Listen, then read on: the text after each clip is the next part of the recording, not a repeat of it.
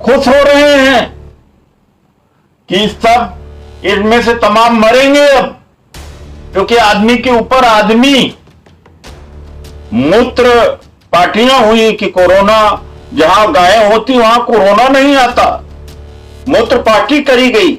इस देश के प्रधानमंत्री हैं कि कोई किसी और देश के प्रधानमंत्री? क्या इस देश में दो प्रधानमंत्री चाहिए क्या? 20 लाख करोड़, 20 लाख करोड़ प्रधानमंत्री जैसे कोई विज्ञापन करता हो। अरे रविशंकर जी, दूसरे तीसरे दिन ही आपकी सरकार ने इस स्पुतनिक कंपनी को आने का इजाजत दे दिया, तो आपने कितनी दलाली खाई? अरे शर्म नहीं आती? झूठ बोल बोलकर देश को बर्बाद कर दिया। लखनऊ में क्या स्थिति है? अब वो गाय का गोबर तो एटम बम का मुकाबला कर लेगा। सूरत में भट्टियां जो हैं पिघल गई मुर्दा जलाते जलाते।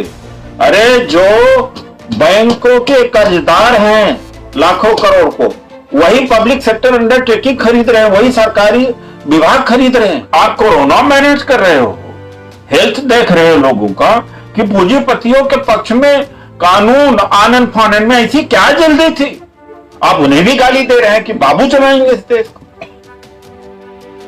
पूरी व्यवस्था ही खत्म कर देना चाह रहे हैं। या अंबानी रहे, अडानी रहे, आप रहे, आपकी पार्टी रहे, बस खत्म। साथियों नमस्कार, कांग्रेस का राष्ट्रीय प्रवक्ता उदित राज अभी हमारे प्रधान सेवक जी देश को संबोधित कर रहे हैं और कोई भी नई बात नहीं कही, बिल्कुल ऐसी ही बात कही है जिसका आज के महामारी के समय पर इसको नियंत्रण करने का कोई उपाय नहीं उन्होंने सुझाया। इसके विपरीत बल्कि अब राज्यों के ऊपर छोड़ दिया गया है और प्राइवेट हॉस्पिटल्स के ऊपर कि 45 वर्ष के नीचे टीकाकरण वो करेंगे। यानी देश की जनता को, गरीब को, दलित को, पिछड़ों को किसके हवाले कर दिया है? मार्केट के हवाले कर दिया है, राज्य सरकारों के हवाले कर दिया है। राज्य सरकारें बहुत सारी ऐसी हैं कि जिनके पास साधन सीमित हो गया है, क्योंकि जो जीएसटी का पैसा राज्य सरकारों को दिया जाना चाहिए था, जब से जीएसटी लागू हुई है उतना नहीं दिया गया। तो जो अब फार्मा कंपनियां हैं, इनके रेट पर कोई कंट्रोल नहीं होगा और राज्य सरकारें हैं, तमाम राज्य सरकारें हैं जो साधन विहीन हैं, उसमें डॉक्टर्स भी या नेसेसरी स्टाफ वो भी नहीं हो पाएंगे और उनके पास पैसा भी नहीं है और हॉस्पिटल मनमाना चार्ज करेंगे। कुछ भी ऐसा नहीं। हमारे प्रधान सेवक जी ने कहा कि वैक्सीन्स कैसे बढ़ाई जाएंगी, विदेश के किस कंपनी से या किस देश से कितनी वैक्सीन हमें मिलेंगी, इसके बारे में कोई खुलासा नहीं। तो ये रहा इनके संबोधन की बात। अभी मैं टेलीविजन देख ही रहा हूं और याद है आपको 24 मार्च को प्रधान सेवक जी ने सडनली पूरे देश को लॉकडाउन कर दिया था। इतना क्रूर फैसला दुनिया में कहीं नहीं हुआ होगा। अगर आदमी बंबई गया, कलकत्ता गया, कलकत्ता का आदमी पटना गया, 3 महीने, 4 महीने, 5 महीने वहीं रह गया, कपड़ा लेके नहीं गया, पैसा लेके नहीं गया, उसके घर वाले मर गए माँ बाप मर गए, रिश्तेदार मर गए, वो पहुंच नहीं पाया अंतिम संस्कार करने के लिए। इस इतने हमारे संवेदनशील प्रधानमंत्री हैं, ऐसे तानाशाह जिसको कि बिल्कुल कोई खबर ही न हो, जब इच्छा हो वो बात देश के लिए लागू हो जाती है। आज पता नहीं कैसे इनको समय मिल गया देश को संबोधन करने का, कि अभी तक तो ये बंगाल के चुनाव में लगे हुए थे, अभी भी लगेंगे। राहुल गांधी जी ने 2 दिन पहले कहा कि हम कार्यक्रम को रद्द करते। अगर इस देश में कोरोना फैला है तो सिर्फ एंड सिर्फ जिम्मेदार है भारतीय जनता पार्टी। 5-6 महीने से लगातार इन्होंने जगह जगह पर रैलियां शुरू की और ज्यादातर इन्होंने बंगाल में किया। एक माहौल ऐसा पैदा हुआ, उससे क्या है कि और जगहों के ऊपर लोग रिलैक्स हो गए। जब प्रधानमंत्री बिना मास्क के, गृह मंत्री बिना मास्क के घूम रहे हैं, लाखों की रैलियां कर रहे हैं, और प्रधानमंत्री जी कहते हैं कि मैंने इतना बड़ा जन सैलाब कहीं नहीं देखा, जहां देखो आदमी ही आदमी है। खुश हो रहे हैं कि सब इनमें से तमाम मरेंगे अब, क्योंकि आदमी के ऊपर आदमी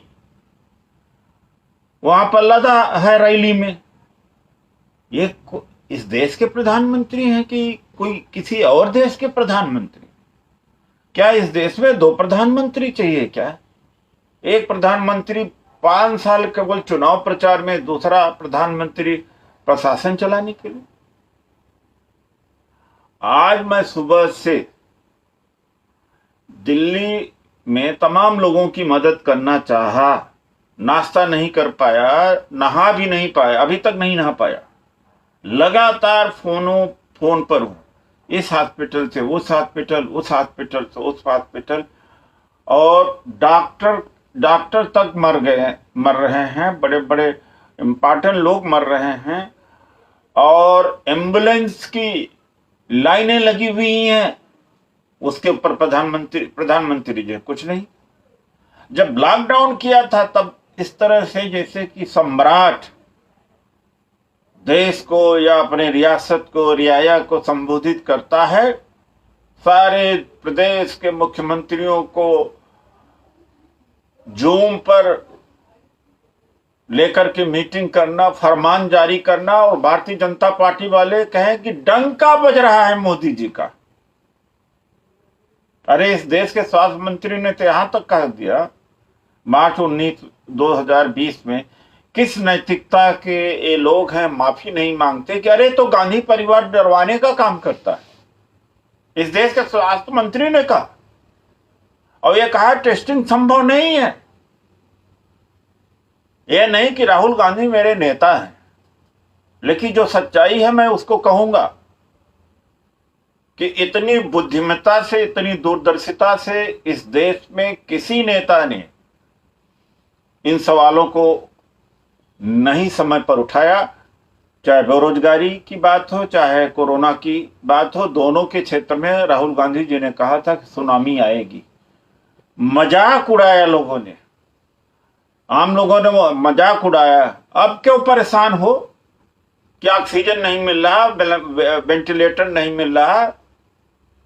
अब जो लाखों ये जो युवा मुखर्जी नगर में नौकरी के लिए कंपटीशन करते थे, मोदी करते थे, अब क्यों छोड़ के भाग गए?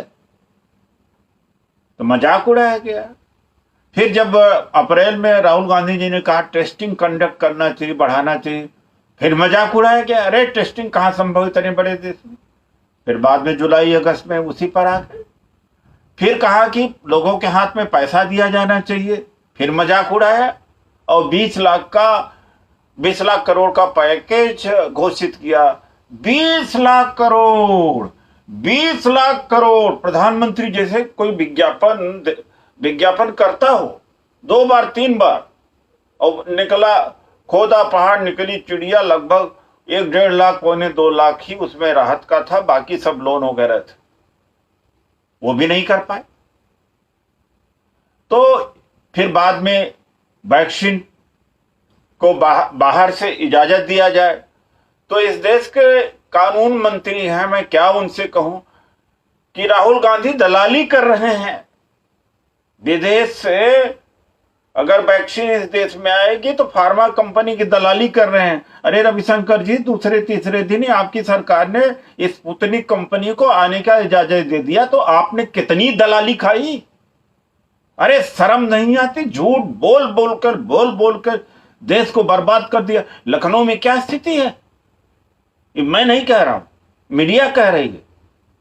1-1 किलोमीटर की लाइन लगी हुई है लाशें जलाने का गोमती तट पर।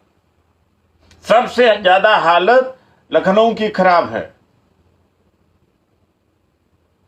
तो वहां पर न डॉक्टर न सीएमओ कोई नहीं मिल रहा। हिंडन नदी हो तो यहां पर गोमती गाजियाबाद में लाइन लगी हुई है। टोकन से अंतिम संस्कार हो रहा, 12 घंटे 10 घंटे भदभदा घाट। और दूसरी बात है कि जो आज 3 लाख के आसपास कोरोना के मरीज आ रहे हैं, अब छोटे छोटे जिलों में टेस्टिंग का और ब्लॉक स्तर पर गांव स्तर पर टेस्टिंग का तो कोई ऐसी व्यवस्था है नहीं। अगर वहां टेस्टिंग कर दिया जाए तो हो सकता है 1 करोड़ रोज निकल रहे होंगे। 80-90 हजार लोग अपने आप रिकवर कर रहे होंगे। दुनिया में अब नंबर 1 पर हम हो गए। हमारा जो ग्रोथ रेट पहले टॉप 10 देशों में हुआ करता था, अब 164 नंबर पर आ गया। अब वो गाय का गोबर तो एटम बम का मुकाबला कर लेगा। कोहिनूर से ज्यादा इंपॉर्टेंट है गाय का गोबर। मूत्र पार्टियां हुई कि कोरोना, जहां गाय होती वहां कोरोना नहीं आता, मूत्र पार्टी करी गई। फिर कहा गंगा मैया, जहां गंगा मैया के दरबार में जो आया है मुख्यमंत्री तीरथ जी कहते हैं, उनको कोरोना नहीं होगा। फिर काढ़ा, फिर गिलोय, फिर कोरोनिल, फिर भगवान, और क्या क्या उपाय बताने। अब वो सब छोड़ करके हॉस्पिटल में क्यों भाग रहे हो? क्या आपकी आस्था नहीं है उसमें? अरे भाई, जो कहो उसको मानो तो कम से कम। गाय के गोबर पे, मूत्र में, काढ़ा पर, आपका आयुर्वेद पर, आयुष पर, कोरोनल पर, योगा के ऊपर, और जो आपकी औषधियां हैं उन पे आपका विश्वास ही नहीं रह गया। मोहन भागवत जी एलोपैथ ले रहे हैं, योगी जी उसी संजय गांधी पीजीआई में पहुंचे जिसको कांग्रेस ने बनाया। अगर कांग्रेस ने हॉस्पिटल न बनाया होता तो मैं बता रहा हूं कि पेड़ों के नीचे और शौचालय में आज कोरोना का इलाज होता। इस देश के शौचालयों में हॉस्पिटल खुलते। कांग्रेस ने क्या किया देख लिया। कांग्रेस ने जो किया उसको आप बेच रहे हो। तो प्रधानमंत्री जी का संबोधन मैं सुन रहा हूं, पिछले वर्ष मैं टेलीविजन पर देख भी रहा हूं कि भाषण में तो खैर इनका कोई मुकाबला नहीं, लेकिन अभी बोल रहे हैं, लेकिन इनका जो दिमाग है इनका वो बंगाल के चुनाव में ही होगा। देश की जनता से कोई मतलब नहीं है। ये तो थोड़ा बहुत मतलब इस समय हालत स्थिति खराब है और खबरें आ रही हैं इधर उधर से, तो लौपा पोती के लिए यहां आ गए। इन्होंने किया क्या है? साल भर का मौका इनको मिला। 6-7 महीने से पूरी टीम इनकी तो बंगाल के चुनाव में लगी हुई, फिर असम में लग गए। ये चुनाव से खाली नहीं होते।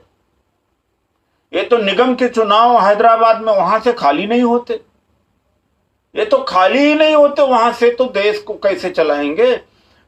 कुछ इस देश में कोई मंत्री तो चला नहीं रहे, सांसदों की कोई ताकत तो है नहीं, उत्तर प्रदेश के एमएलए और मिनिस्टर हैं बेकार, कुछ चंद ब्यूरोक्रेट के साथ में इनके चीफ मिनिस्टर और प्रधानमंत्री देश को चलाए। इतना बड़ा देश इनसे नहीं चल सकता। आपको अपने सांसदों पर यकीन करना पड़ेगा, मंत्रियों को। मंत्रिमंडल बनाया क्यों जाता है? सारा का सारा पावर सेंट्रलाइज उन्होंने कर लिया है, देश चौपट हो गया। अब जल्दी संभलने वाली स्थिति नहीं, अब राज्यों को छोड़ दिया।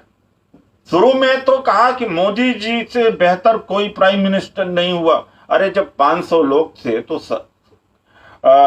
आपने सडनली पूरे देश को लॉक करके करोड़ों मजदूरों को बर्बाद कर दिया, इंडस्ट्री बर्बाद कर दिया और मझोले व्यापार को बर्बाद कर दिया, दुकानें बंद करा दी, कृषि बंद करा दिया, सारा ऐसे बंद करा दिया केवल 500।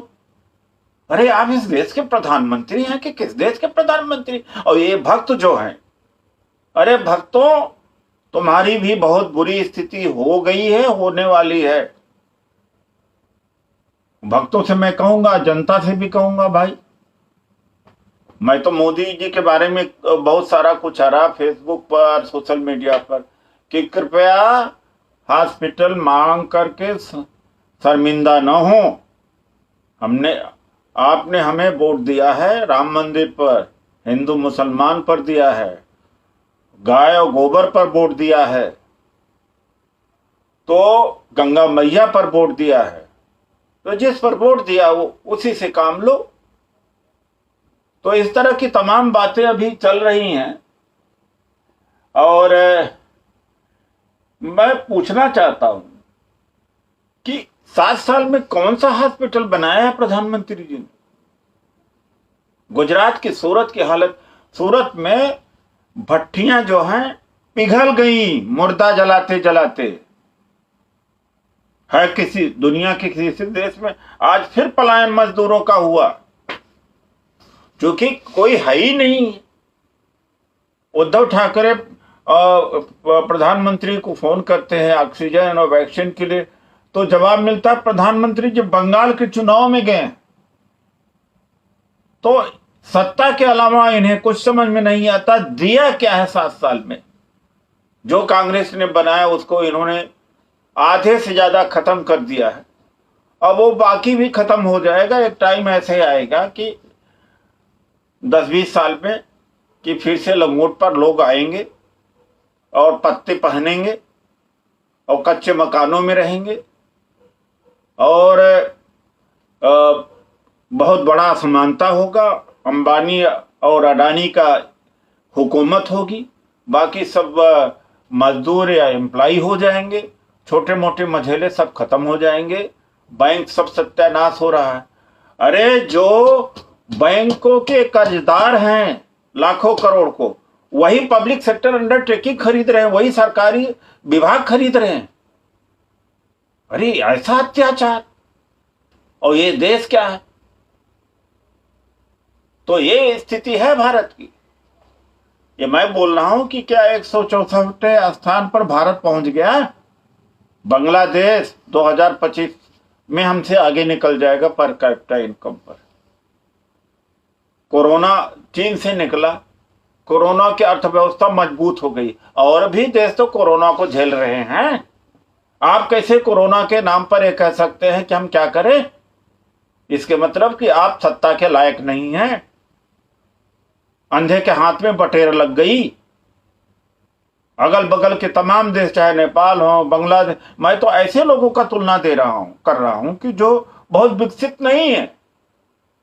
अमेरिका ने कंट्रोल कर दिया, वहां हर व्यक्ति पर 2 वैक्सीन उपलब्ध है। अरे फाइजर ने अप्लाई किया, आपने उसको भगा दिया यहां से। पता नहीं आपका पूना के सीरम वाले से क्या समझौता था। स्पुतनिक को आपने नवंबर में अप्लाई किया, अब जाकर के परमिशन दिया है, जेजे को परमिशन नहीं दिया। तमाम सारी कंपनियों को परमिशन दिया होता तो आज वैक्सीन की कमी नहीं होती, ऑक्सीजन की कमी नहीं होती। तो बड़े लेवल पर अलाउ किया जाना चाहिए ऑक्सीजन बनाने का, मैन्युफैक्चरिंग शुरू किया जाना चाहिए और सेंट्रल गवर्नमेंट कंट्रोल ले। जब पूरे दुनिया में घूम घूम करके आप कहते हो कि अरे मोदी जी का डंका बज रहा, और आपके पास सारी पावर है, आप ऑक्सीजन का लाइसेंस देने का पावर आपके पास है, वैक्सीन का लाइसेंस देने का पावर आपके पास में है, पीपी किट होगा जितने मिनट उसका परमिशन आप देते हो, जीएसटी का इनकम टैक्स का कलेक्शन आपके पास में है, और हेल्थ संबंधित जो कोई एक्सपोर्ट हो इंपोर्ट हो रॉ मटेरियल का उसका कंट्रोल आपके पास में है। अब राज्यों के ऊपर क्यों डाल रहे हैं, राज्यों को क्यों फंसा रहे हैं? जब स्थिति बिगड़ गई तो राज्यों के ऊपर डाल देंगे, और जब तक स्थिति कंट्रोल में थी या नहीं फैली हुई थी तब तक डंका बज रहा था। जब स्थिति कंट्रोल के बाहर हो जाती है तब राज्यों के ऊपर धीरे से डाल दिया भी कि 45 वर्ष के नीचे राज्य और प्राइवेट हॉस्पिटल लगाएंगे। वो भी जिम्मेदारी केंद्र सरकार की होनी चाहिए और रेट फिक्स किया जाना चाहिए। गरीब आदमी कहां लगा पाएगा, किसान कहां लगा पाएगा? और मुझे तो लगता है, डर लग रहा है कि पिछले वर्ष लॉकडाउन का फायदा इन्होंने उठा करके अडानी अंबानी को बड़ा बनाने का उन्होंने ऑर्डिनेंस लाया तीन कृषि कानून के अरे ऐसे में यानी आप कोरोना मैनेज कर रहे हो, हेल्थ देख रहे हो लोगों का, कि पूंजीपतियों के पक्ष में कानून आनन फानन में ऐसी क्या जल्दी थी? ये किया है आपने निजीकरण किया। अरे उस समय तो देश तबाह हो रहा था, लोग करोड़ों लोग भूखे मर रहे थे, पैदल चल रहे थे, तो आपको ये सब दिखाई नहीं पड़ रहा था कि हमें डिफेंस सेक्टर का निजीकरण करना, पोर्ट बेचना है? आपने तो कोरोना के टाइम में काम किया। इस बार कोरोना के टाइम में आप चुनाव लड़ रहे हो और 2 तारीख तक तो आप चुनाव लड़ते रहोगे। अब उसके बाद में आप राज्यों को ऊपर डाल दोगे, किसी न किसी को बलि का बकरा बना दोगे। जब श्रेय लेता होना होता है तो मोदी जी, भारतीय जनता पार्टी, ये तो कहो कांग्रेस ने इतना कुछ दे दिया, नहीं आज क्या हालत होती इस देश की। 2014 से जिस तरह से हॉस्पिटल्स का और जिस तरह से हेल्थ सेक्टर का इग्नोर किया गया, सारा पैसा तब आयुष को देते गए, नेचुरोपैथी को देते गए, होम्योपैथी के देते गए, और एक जो है रामदेव जी कोरोनल, वो कहां है इस समय? वहां ध्यान तो वहां था। आपने तो जो पहले हेल्थ सेक्टर था उसको कमजोर कर दिया, कमजोर कर दिया 7 सालों में, बाबाई के चक्कर में, विश्वगुरु बनने के चक्कर में वो भी जर्जर हो गया। और प्रधानमंत्री जी कहते हैं कि सरकार का काम रोजगार करना नहीं, यानी रेल चलाना रोजगार है, प्लेन चलाना रोजगार है, और टेलीकॉम करना ये सब रोजगार है, हॉस्पिटल चलाना भी रोजगार है। तो भैया, तो प्रधानमंत्री जी ने पहले कह दिया है, देशवासियों देख लो कि सरकार का काम रोजगार नहीं करना नहीं है, तो रोजगार में तो हेल्थ सेक्टर भी आता है। तो प्रधानमंत्री जी से कुछ उम्मीद मत करिए, या इस सरकार से कोई उम्मीद मत करिए। उन्होंने तो पहले ही कह दिया है कि जो कांग्रेस की सरकार थी या जो साझे की सरकारें, गलत किया उन्होंने तो रोजगार करने, नेहरू जी को रोजगार करने नहीं चाहिए था, इंदिरा गांधी को रोजगार करने नहीं चाहिए था, बैंकों का राष्ट्रीयकरण करके नौकरी नहीं देनी चाहिए था, रेलवे नहीं बढ़ाना चाहिए था, टेलीकॉम नहीं बढ़ाना चाहिए था, पोर्ट नहीं बनवाना चाहिए था, LIC GIC ये सब नहीं खड़ा करना चाहिए था। इससे ये सब इसमें लोगों को रोजगार मिल गया ना, पैसा सबके घर में गया। ये सब गलत काम किया गया था।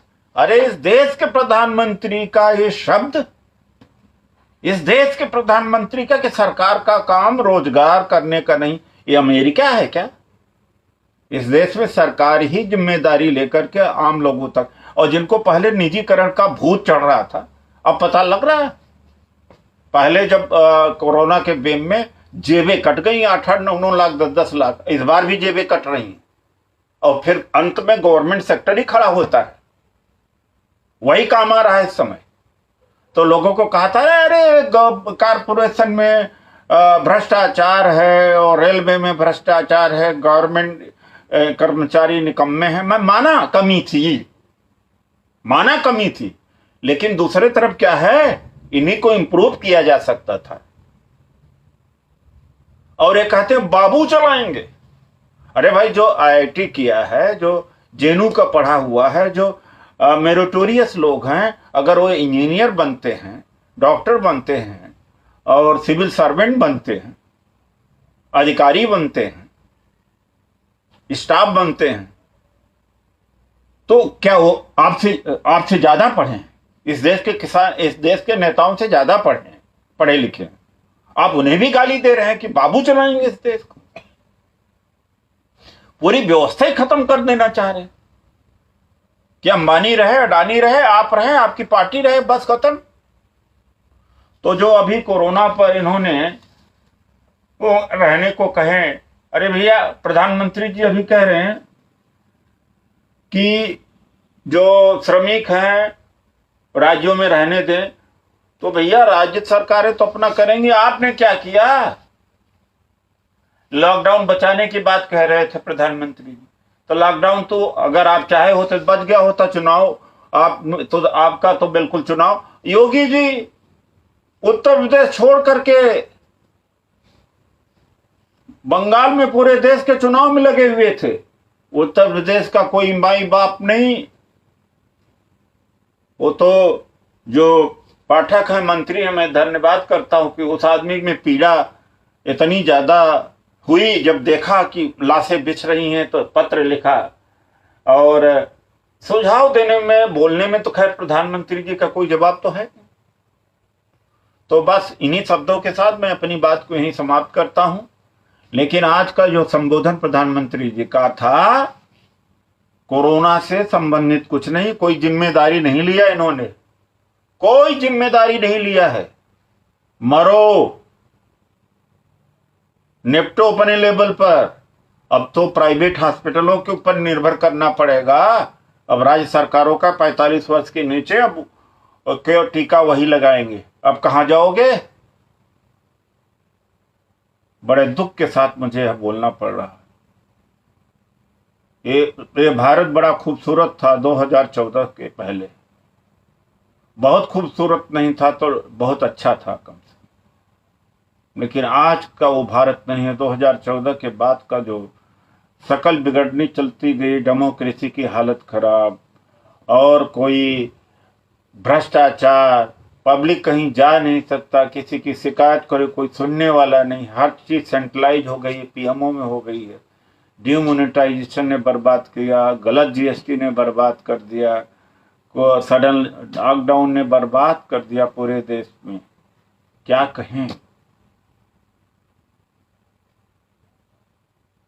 फिर मिलते रहेंगे साथियों, धन्यवाद।